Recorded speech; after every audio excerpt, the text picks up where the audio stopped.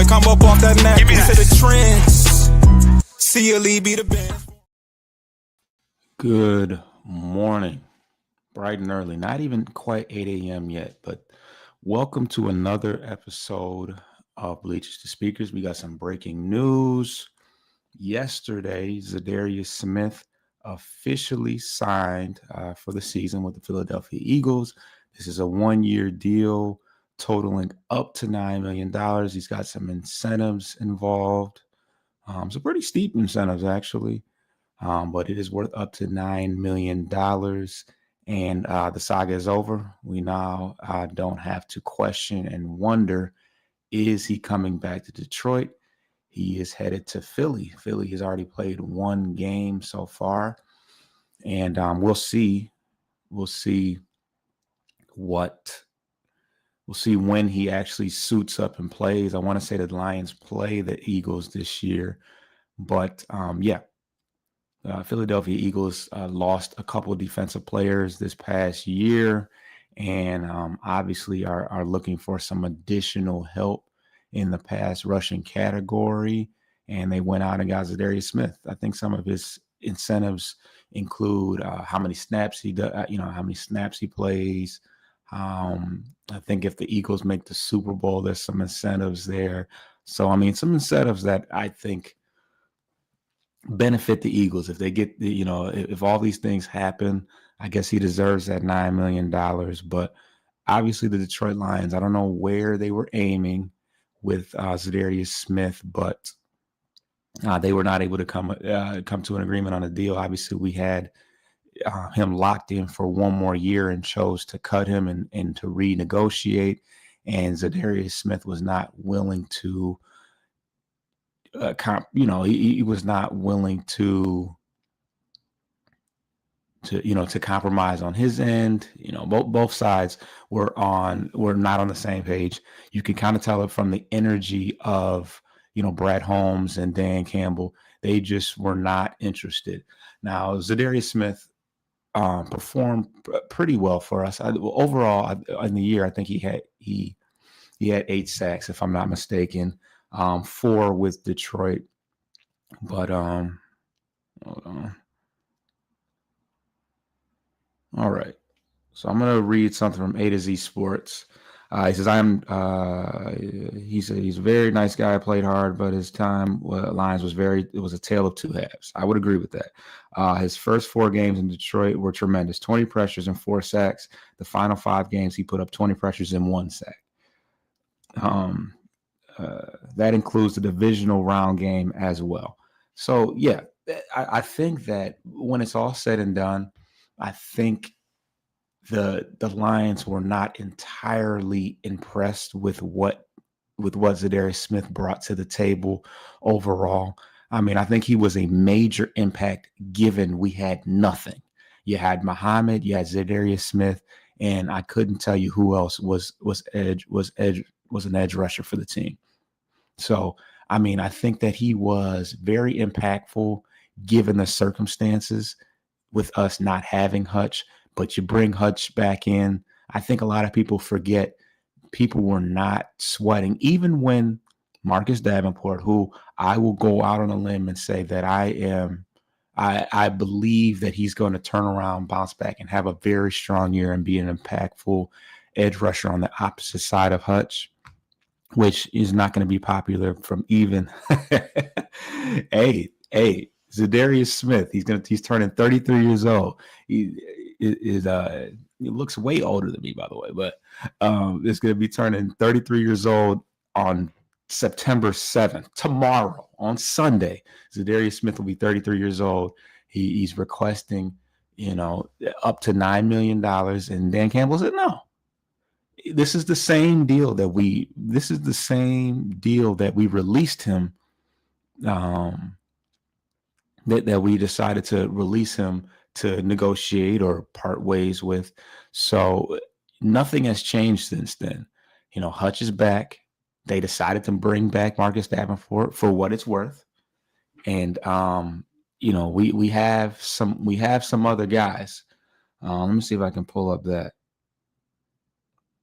I think I pulled that up as well. I don't know, but we got Makai Wingo, we got Josh Pascal. Granted, these guys are coming off injuries, which is something to take into consideration. The fact that we did have a lot of injuries, but he was not a Za'darius Smith signing would have been a fun, exciting pick. With all things considered, I think a lot of people fell in love with his persona and just the persona side of things. But there's also other things to consider, and one thing is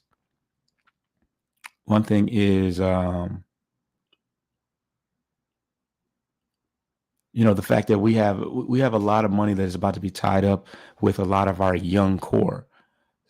We haven't even signed Hutch yet. I mean, I think that's the biggest holdup is the fact that you got to agree to terms with Hutch.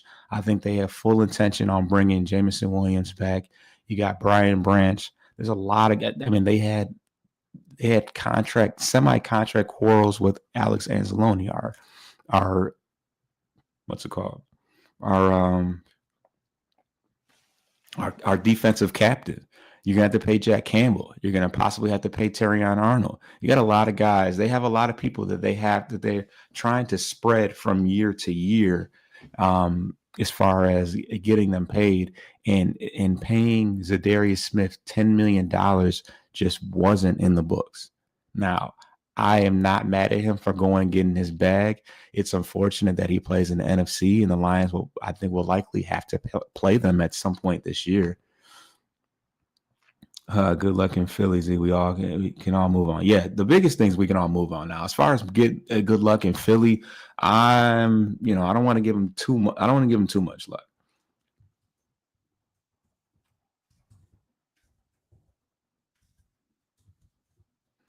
Because that has direct correlation. Marcus Davenport. I knew Marcus Davenport's birthday was in September too. He turned 29 September 4th. You got all these, us Virgos, man. But no, not too much luck to him in Philly.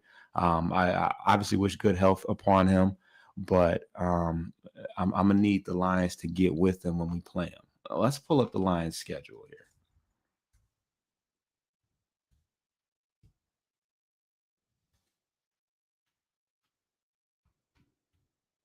Forgot we got the Chiefs this year. Yeah, we have the Eagles November 16th. Circle that on your calendar. Another thing that I forgot is that I was like, oh man, he's going there with CJ Gardner Johnson.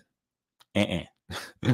CJ Gardner Johnson was there last year. They ended up trading him, and this is partially because they have a lot of it's a money thing. The Eagles are going through the same thing that we're going through. They had to part ways with Josh Sweat and a couple other guys because when your young guys come in and have to be paid, everybody it can't hang around.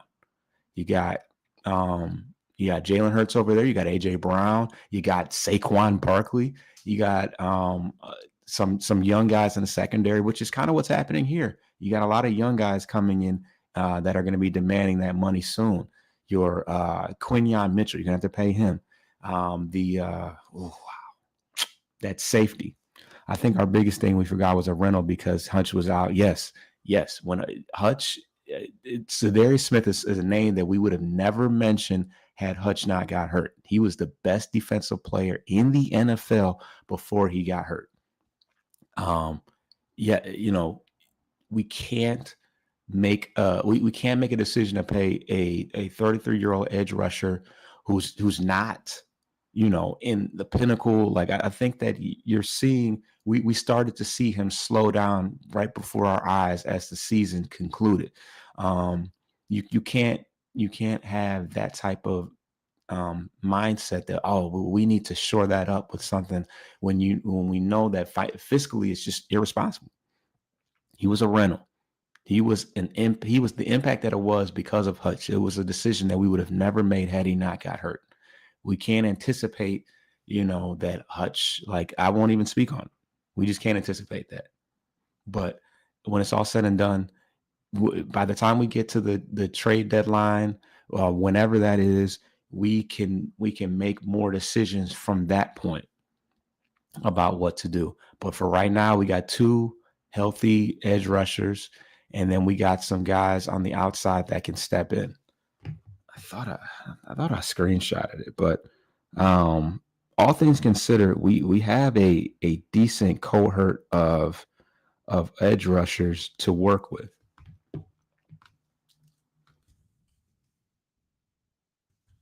And I'm just excited to move on and see what we have in store with the guys that we have now. June says it seems like people forget we're getting. All right, I already read that. My bad. So let's look here. 800 said Marcus Davenport, Al-Qadim Muhammad. He's going to be huge. Tyler Lacey, Josh Pascal, and Tyrus Wheat. So yeah, we're gonna have to see what we can get from Tyrese Wheat. We got Tyleek Williams, who's going to be taking over on the inside. We got DJ Reader. Derek Barnes can rush off the edge. Makai Wingo, I think, can play inside and outside. We haven't seen too much of Roy Lopez on the interior. I think people forget also Lee McNeil, another guy that I always forget about when I think about guys that we already went out and signed long term. We got Lee McNeil coming back who plays defensive line at a Pro Bowl level. They act like they got to resort to me and Foster being, we're gonna see. I'm excited. I don't have super high hopes for. I actually have a pretty. I do have high hopes for Al-Qadim Muhammad. We saw him perform pretty well when it was him and Za'Darius Smith on either side. So to be bringing back Aiden Hutchinson, who's a top 10, possibly a top 10 player in the league, I'm excited. But I don't have super high expectations for Tyrese Wheat or Tyler Lacey. They really threw me off with Tyrus and Tyler. But yeah, who knows? Maybe those guys are diamonds in the rough, and they can be legitimate rotational guys for us. We will see. But in conclusion, for those that are late to the show, the 8 a.m. show, the unprovoked, show. Za'Darius Smith has signed with the Philadelphia Eagles for 1 year for up to $9 million, which includes some incentives that would bump him up.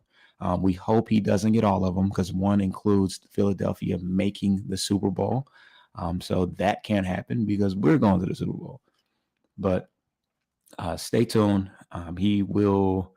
We'll see if he even suits up for game 2, because this is a player that we know how physical and strenuous training camp is in Detroit, and it was pretty apparent that Za'Darius Smith had no intentions of even participating in camp. He was doing the old veteran thing where I just waited out. I know somebody's going to go out and get me, and sure enough, that's what happened. I think Philadelphia was on the list of a couple teams that I did not want to see him. I think me and June comprised the list, including Baltimore and a couple other teams. I think Washington would have been on there too. But it is what it is. So we'll get to see him in November, and hopefully we can smack them around in Philly, because I want to say that's in Philly. June says we got some defensive ends very capable opposite side of Hutch. Yeah. And I predict Marcus Davenport sacks. You see how Jordan Love, if you're watching on the visual side, if you see Jordan Love getting destroyed by Za'Darius Smith, I predict that Marcus Davenport will have that same fortune in his first game of the season. Yeah, I think Davenport only played a couple games, and he had a sack in one of those few games that he played last year. But I think he's going to be more healthy this year. We're going to get some good production from him, and I'm just excited. It's about to go down, and we'll be back with a preview show prior to the game. So stay tuned. It's your boy Foster Child. Let's get up out of here. Get your lick back. If a nugget do something, ain't no chit chat. up out the way, don't get your shit splat. Stop, let this shit slide and get your lick back. And get your lick back.